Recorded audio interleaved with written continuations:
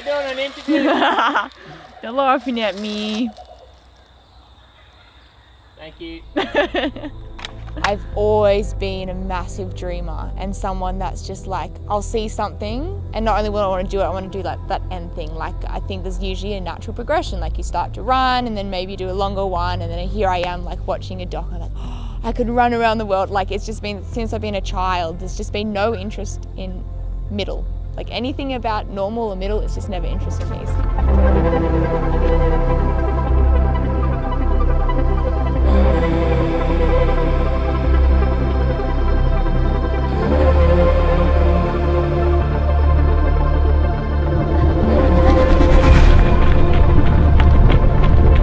It's day 4 on the Australian Alps walking track. Didn't realise it was going to be this solo.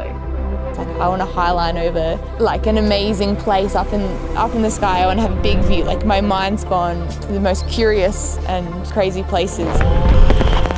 Survived another night, but again was scared. First 2 nights I didn't sleep at all. The first night I woke up with spiders crawling on me. When you're following something that doesn't make sense, it's really hard to even have anyone understand. Like I find it really challenging to say like what I do for work and where I live. Yeah, let's go. It makes me want to quit my job and just go explore. You know, I was crying in happiness of just how proud I am for the person that pushed through so much pain all those years ago to be able to experience what I get to experience now.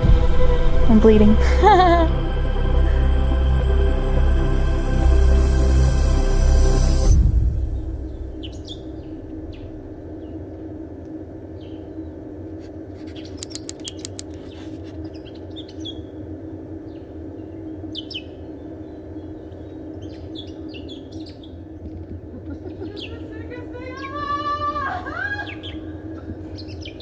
They're going to turn to an exposure and check out the sunrise.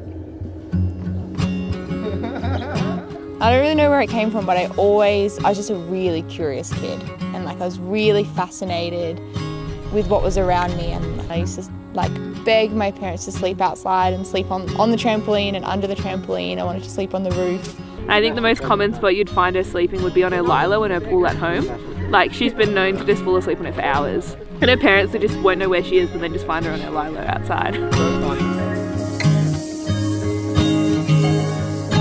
I'd sleep under my bed. Like sometimes my parents would find me under the bed, or I'd have like my legs in the splits. Anything of height or near the edge or somewhere different or where people weren't, that's where I wanted to be.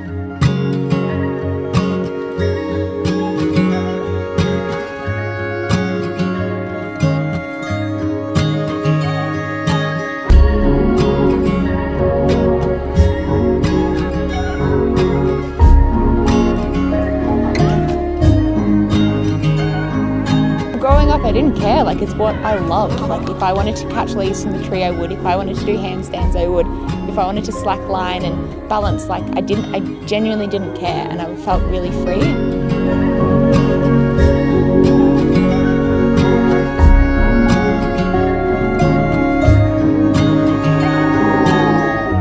But I think as I was starting to hit high school and everyone's starting to go out drinking and care what they look like and going down that path, that's when I was really having this conflicting feeling of, well, I'm not willing to let go of like the curiosity that I have, but I know following that means I'm not going to be fitting in with my peers. And I had this just push and pull, and I think I ended up kind of giving in to peer pressure and really changing who I was to be like everyone else. And I think that's when I really started to go off a path that I wasn't happy with.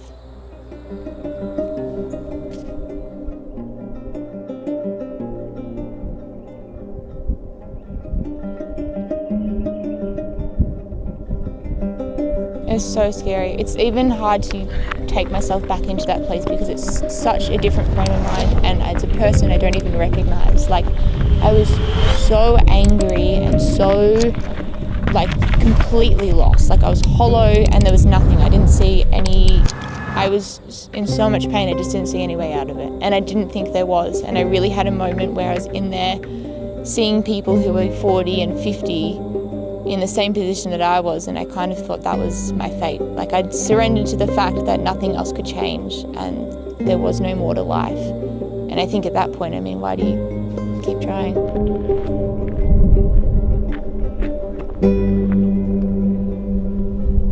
had a friend who I was in hospital with who unfortunately passed away, and I think at that point I really realised just how serious this was and that how much it would mean to her to get better. And that was a really big driving factor, and I think this is like when it really meant the most, when I was really struggling, and just before I started to recover, having messages of like love and kindness from friends and their parents and from people in hospital, that really hit a spot to know that there's more to life. Like, I think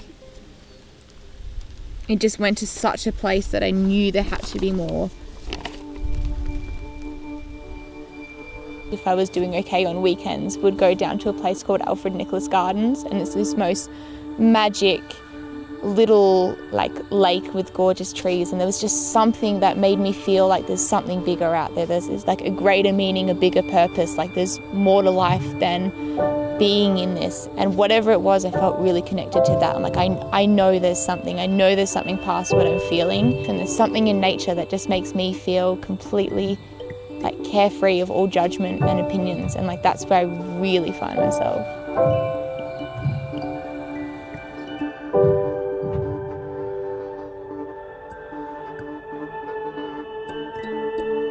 I did a snow season, and during the lockdown looked for work around the area and happened to find a place in Bright. I hadn't even heard of it before rocking up to my first shift, so didn't even know what the town was, and slowly just found the magic of this place. Like, there's just no limits. There's just the most amazing community of people that are so outgoing and active and down to earth, and yeah, every time I've tried to leave, it's just a magnet. It keeps pulling me back.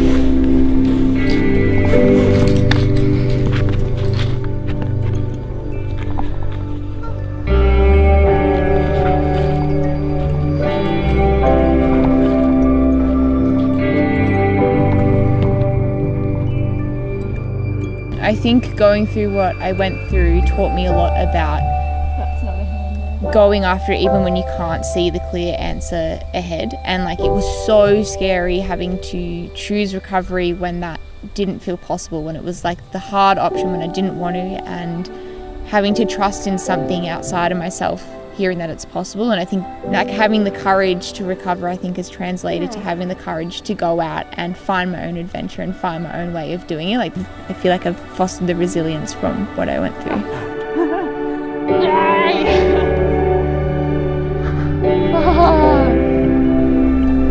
As the sun is setting.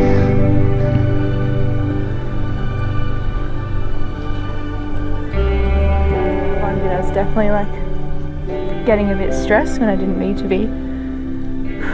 It's just such like a beautiful thing where you like actually just need to like calm and focus and like relax. And yeah, that was a really fun climb. I'm bleeding. This makes it so worth it with a view like this.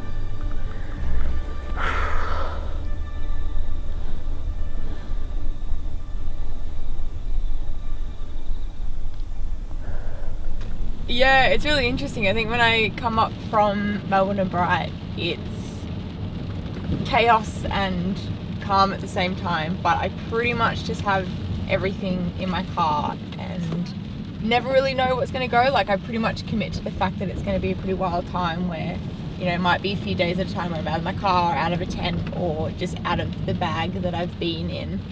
And yeah, jumping from friends' couches to like the next thing, it's pretty go, go, go. And because I am going between Melbourne and Bright so often, or like Bright and somewhere else, I've never really committed to being in a rental, or I move so much that that just doesn't feel right. So it's been pretty much having whatever is on me is all I kind of feel I'm gonna have. So at the moment, like, I've got my snowboard, I've got my snowshoes, I've got climbing gear, my slackline, roller skates, my art gear. I've kind of got everything ready for anything.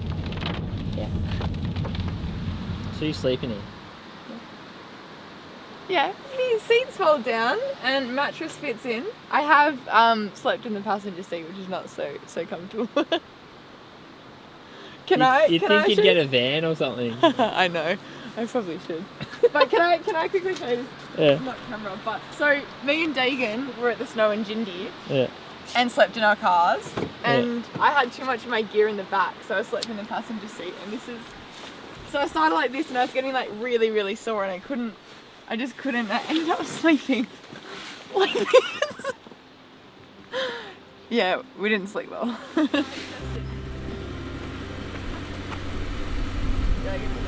That feels higher. Yeah, and now tighten it up a bit.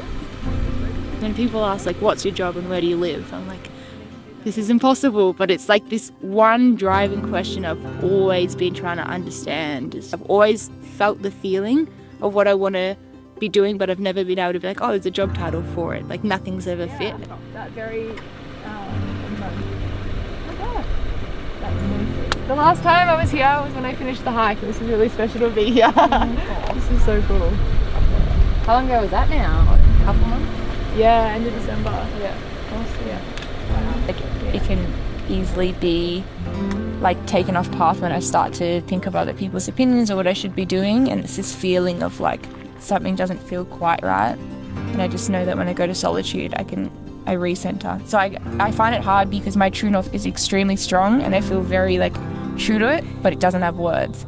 So when people are asking like, what are you doing or what do you want to do next, and this has been for years, I've never been able to say it and people put words in my mouth, but I just know the feeling, and it's just about connecting everything together. But that true north is something, it's a feeling. Yeah. I'm not sure what it was, but as soon as I came to realise that I wanted to do like a self-propelled expedition, I just knew that's exactly what it was that I needed at the time to keep learning about myself, but also have a platform and opportunity to spread what I stood for. On the 7th of December, I will be embarking on a 300-kilometre journey from Kosciuszko down to Bright along the Australian Alps walking track to raise awareness and funds for eating disorder families Australia. Looking after our own mental health and well-being couldn't be any more important than it is right now, and you can follow along to watch the journey unfold.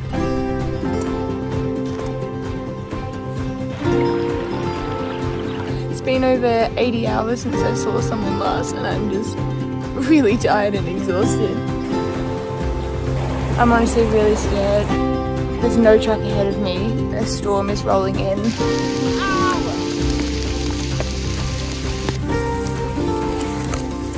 Not cool. Being able to do things solo, I think, has really given me that sense of like I am capable and I am enough. And it's also just taught me so much about myself. Like it's where I find clarity and direction. And I think that, like all those things together, is what gives me the confidence to go out into the world the way I do. Ready for the next section ahead. I'm making tracks again, but I can't find the track. Headed to Oatmeal Highway, baby!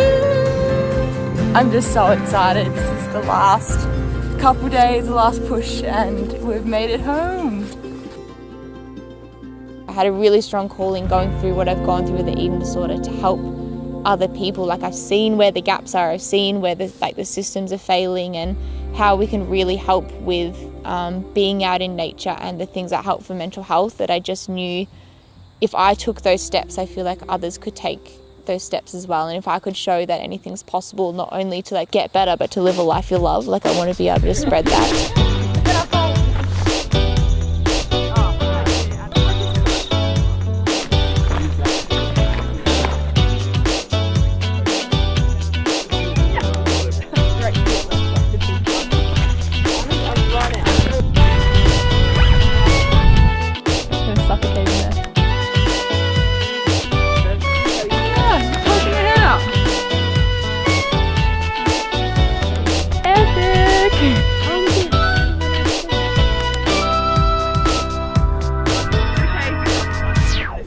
What do you think of your first overnight hiking experience? I'm loving it. It's so Yeah. good. Yeah. I know what I'll bring a better mat next time. I'm just learning as I go. And not bring a huge sleeping bag in a Yeah, and definitely Okay. baby wipes. I feel really gross, but I'm trying to embrace it. yeah. But it's just so powerful to watch everyone transform and see what I know that I've got from nature happen to other people. On their first overnight, I knew for one of the girls just how scared and daunted she was before and afraid, and just seeing her through the journey of an overnight hike let go and open up and have these conversations. It was so powerful and so beautiful to see that happen. Great getting to know you, because if I didn't put myself out there and meet new people who are doing different things, I would have just stuck within what my family know is safe and wouldn't have ventured out of that. Yeah, and it's been important. 100. The only reason I think I can do this is because of the community, especially being up here. No one doubts anything, like they've all done it themselves. It's just so amazing to see everyone connect. Like, I haven't met a few of the people on this trip, and each other I know haven't met anyone else, and it's just like everyone's open for conversation, everyone's vulnerable, everyone's helping each other out when they were strangers just the day before. Like, it's so beautiful. Like, this is absolutely my calling. Like, I've never felt something more like genuine and authentic, being able to like have connections like this and be a part of other people's journeys. Like, it's such an amazing transformation of people stepping into the unknown and outside their comfort zone, and I want to be more a part of that. After years of countless conversations about, I guess, the direction of like she's going in life and what she's doing, and now to just see like it all kind of makes sense and the dots connect. If you've found a love for what you do, like that's what everyone's searching for, and people search through like partying and drugs, and people search for it through fame and success and trying to be someone. Like, they're trying to find that thing that brings them joy, and when you find it, like that's the precious gift that you have. Like, you don't need to be proving or showing anyone, like you get to just like be in it, and I think I've found that.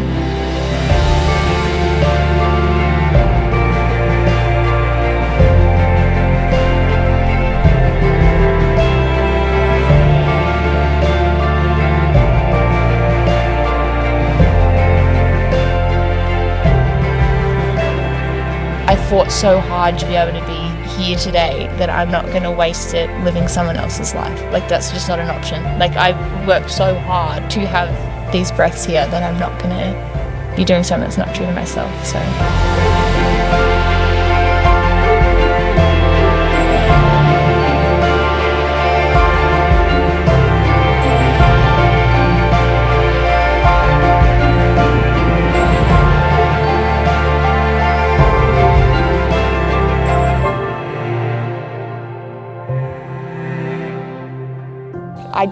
I can't believe the places and things I've seen that really just make me completely in awe of life. That's just left me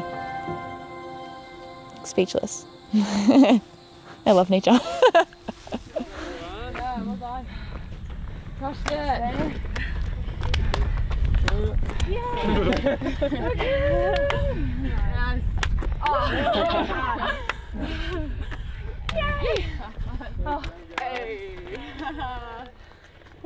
Epic. Woo.